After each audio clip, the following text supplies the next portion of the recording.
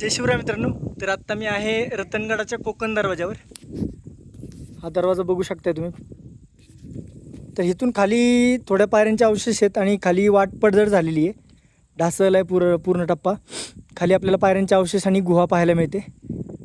आम्ही मागच्या वेळी कात्राबाई आणि करंडा यांच्यामधून कळमंजाचा दरा उतरलेला आणि चिकनदरा चढून या टेपाडाच्या पलीकडं चढून आलेलो वरती.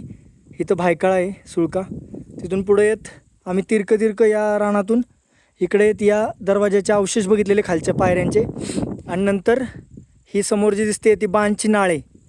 पुढं आपल्याला बाण सुळका दिसतोय बघा. हा बघा, हा बाण सुळका आहे. सह्याद्रीतील क्लाइम्बिंगसाठी अवघड आव्हानात्मक. ती बाणची नाळ उतरून आम्ही खाली सांदनदरीला मिळालो खाली आणि मग करवली घाट चढून परत सांबरत असा भारी ट्रेक केलेला. पुढं आपल्याला शिपणूर डोंगर दिसतोय.